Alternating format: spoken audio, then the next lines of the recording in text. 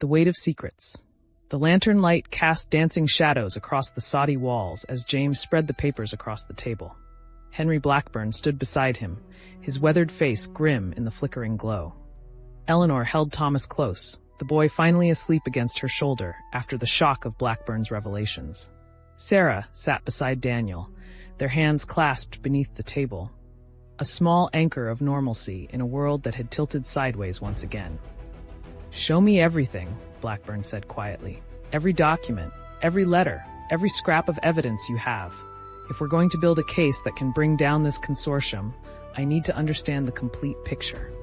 James retrieved the leather satchel from its hiding place beneath the floorboards. The Henderson letters, William Garrett's confession, Robert Kane's letter from the consortium's lawyers, the mining claim documents, the fraudulent lien papers. Everything that told the story of how a simple homestead claim had become the center of murder and conspiracy. Blackburn examined each document with the careful attention of a man who knew that details could mean the difference between justice and death. His fingers traced the signatures, held papers up to the light, compared handwriting across different letters. "The consortium is careful," he said after a long silence. "They never sign their own names to anything incriminating. Everything goes through intermediaries, lawyers, land agents, hired men like Kane. But they make mistakes. They always make mistakes."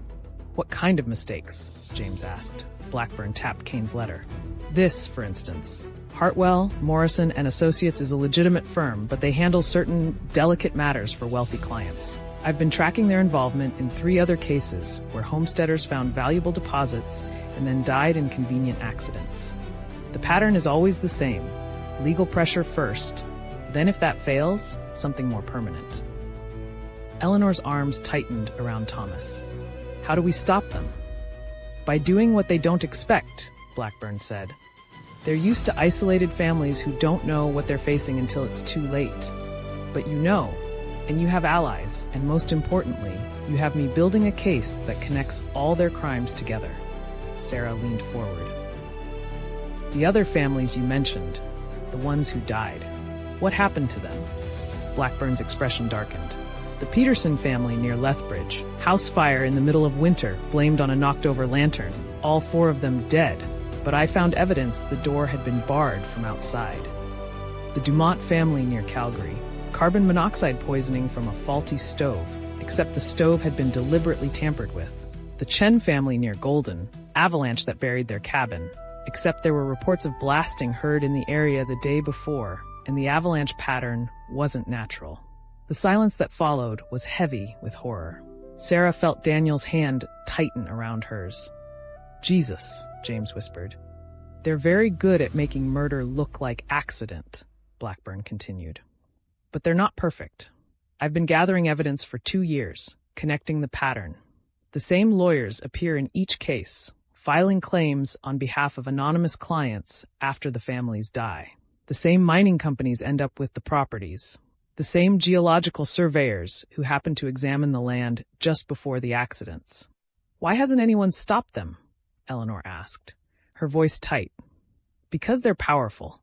Because they have connections to money and influence that reach all the way to Ottawa. Because local authorities don't see the pattern, they just see isolated tragedies." Blackburn met her eyes. "But I see it, and I'm going to prove it. The question is whether I can prove it fast enough to save you." James stood, pacing to the window. Beyond the glass, the prairie stretched dark and endless beneath a sky thick with stars. Somewhere out there, men were planning their deaths. Somewhere, lawyers were drafting documents to steal their claim. Somewhere, the consortium was moving pieces on a board the Mackenzies couldn't even see. "What do you need from us?" he asked. "Time," Blackburn said, "and information. The telegram Mrs. Thornton is sending to Calgary. That could be crucial. If we can identify who's behind the consortium, who the actual men pulling the strings are, I can start building legal pressure from multiple directions. Make it too expensive, too public for them to act." "How long do we have?" Sarah asked. Blackburn hesitated. "I don't know. They're aware I'm close. That's why I came here directly instead of waiting. They know I've been investigating the other cases. They know I'm building connections. When I learned they were targeting a family named Mackenzie near Medicine Hat, I knew time was running out. So they might already be planning something, Daniel said quietly. Blackburn nodded. We have to assume they are, which means we need to be smart. No one goes anywhere alone.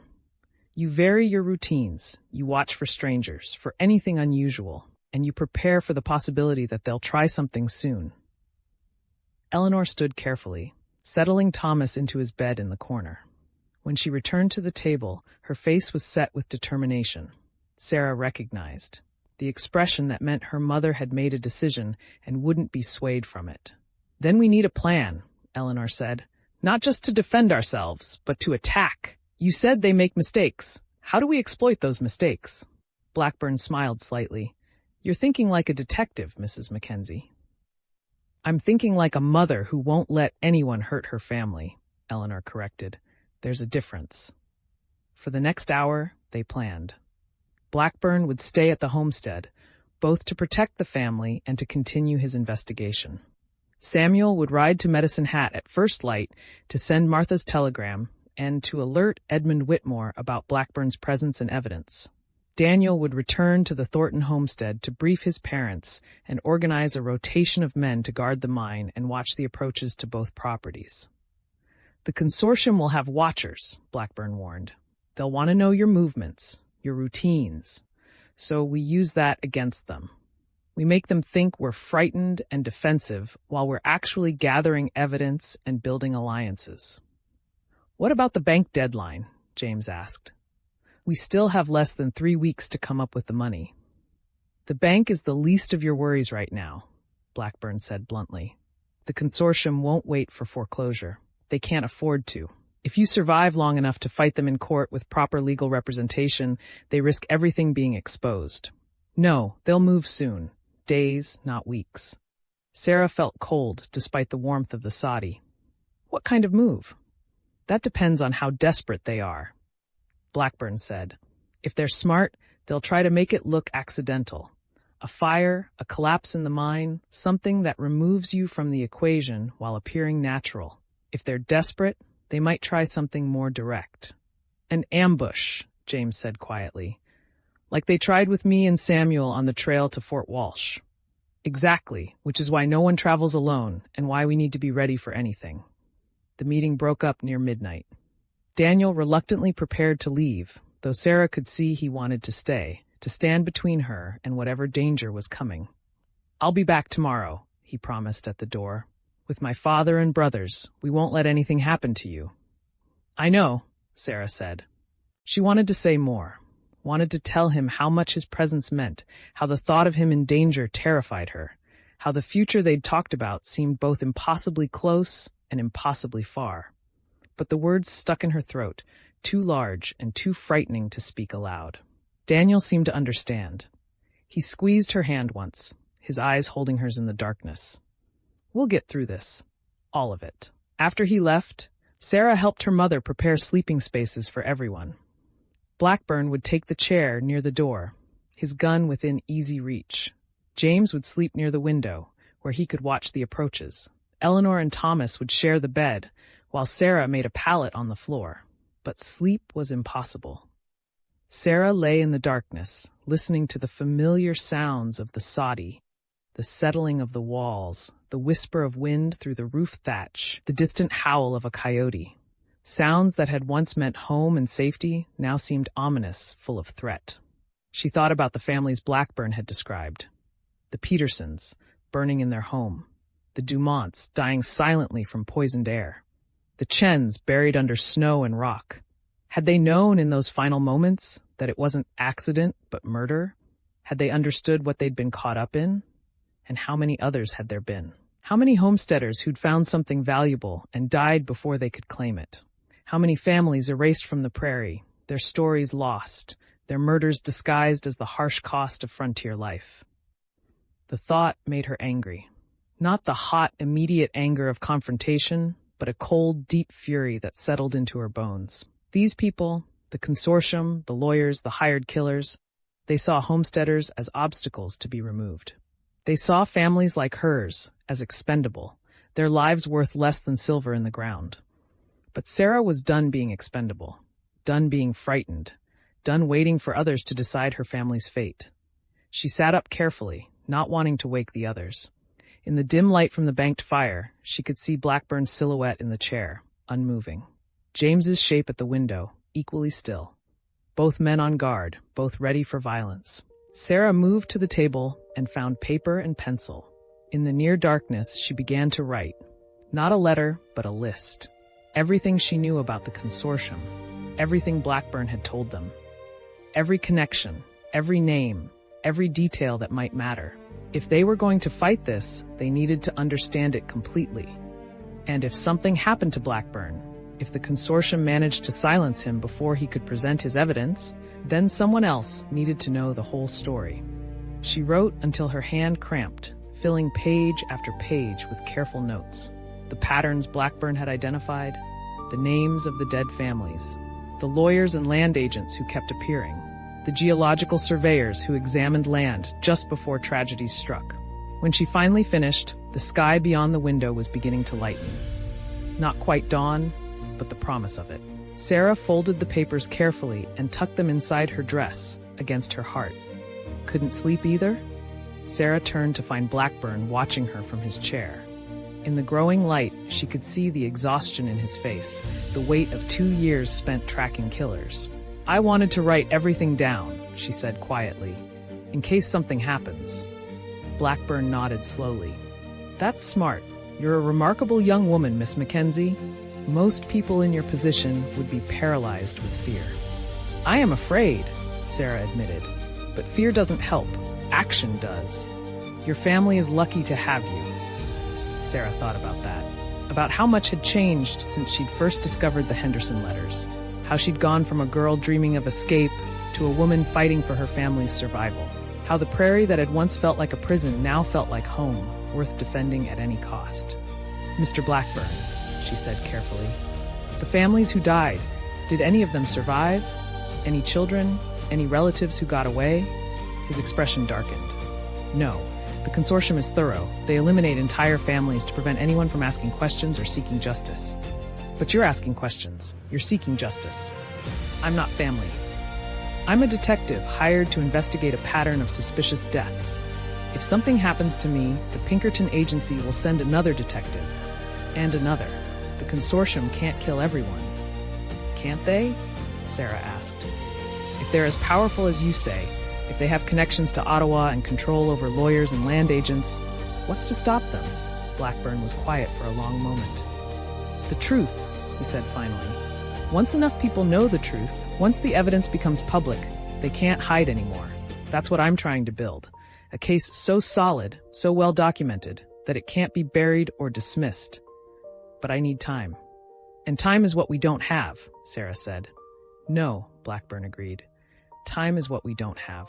The sun rose slowly over the prairie, painting the endless grass gold and amber. It should have been beautiful, the kind of morning that reminded Sarah why her family had come here, why they'd endured so much to claim this land. But instead, it felt ominous. The light revealed too much, made them visible to anyone watching.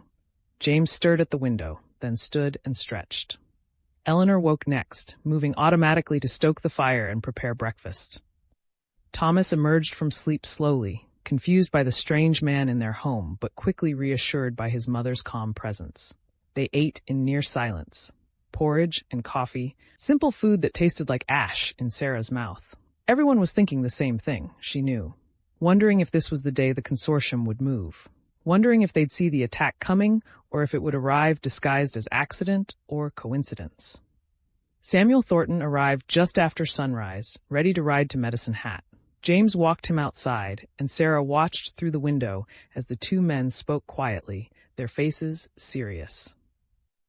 Samuel would send the telegram, alert Whitmore, and return as quickly as possible. Every hour he was gone, they'd be watching the horizon, waiting for his return. Daniel arrived an hour later with his father and 2 brothers. The Thornton men had brought rifles and grim determination. They'd also brought news.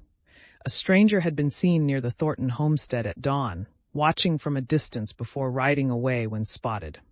It's starting, Samuel Thornton said, his weathered face hard. They're positioning pieces. Getting ready. Blackburn nodded. We need to move the family. The soddy is too exposed, too vulnerable. If they try fire, you'll be trapped. Move where? Eleanor asked. We can't abandon the homestead. The Thornton place, Samuel said immediately. It's larger, more defensible, and you won't be alone. We'll have multiple families there, enough people to mount a real defense if it comes to that. James looked at Eleanor. A silent conversation passing between them. Sarah saw her mother's fear, her father's determination, and the unspoken agreement that keeping Thomas safe mattered more than pride or property. All right, James said, we'll move to the Thorntons, but someone needs to stay here, to watch the homestead and the mine. I will, Blackburn said. I'm the one they don't know about yet. I can observe without drawing attention. The decision made, they moved quickly. Eleanor packed essential supplies, food, blankets, important papers. Sarah helped Thomas gather his few toys and treasures. James and the Thornton men loaded the wagon with everything they might need for an extended stay. As they worked, Sarah felt the weight of the papers against her chest, her careful documentation of everything Blackburn had told them. If the consortium was watching, if they saw the family leaving, what would they think? That the Mackenzies were fleeing, or that they were regrouping? Either way, Sarah thought, they'd be wrong. The Mackenzies weren't running. They were preparing for war. The wagon was nearly loaded when Martha Thornton arrived on horseback, riding hard. She pulled up in a cloud of dust, her face flushed with urgency. The telegram, she said breathlessly. I went to send it this morning, and the telegraph operator told me the line to Calgary has been cut. Sometime in the night, he says it might be storm damage. But it's not storm damage, Blackburn said flatly. They're isolating you, cutting off your ability to communicate, to call for help. James's face went pale. Samuel's riding to Medicine Hat? If they know about the telegraph. They might be waiting for him, Blackburn finished. We need to catch him before he reaches town. Daniel was already moving toward his horse. I'll go. I know the trails, and I can ride faster than... No, Sarah said sharply. Everyone turned to look at her. Not alone. That's what they want, to pick us off one by one. If Daniel rides out alone, he's a target. If Samuel rides into Medicine Hat alone, he's a target. We need to be smarter. She's right, Blackburn said. The consortium is making their move. They're cutting communications, isolating you, forcing you to make mistakes out of fear. We need to stay together, stay defensive, and wait for them to show their hand. But Samuel, Daniel protested. Samuel is a grown man who knows the risks, his father said quietly, and he'll be careful.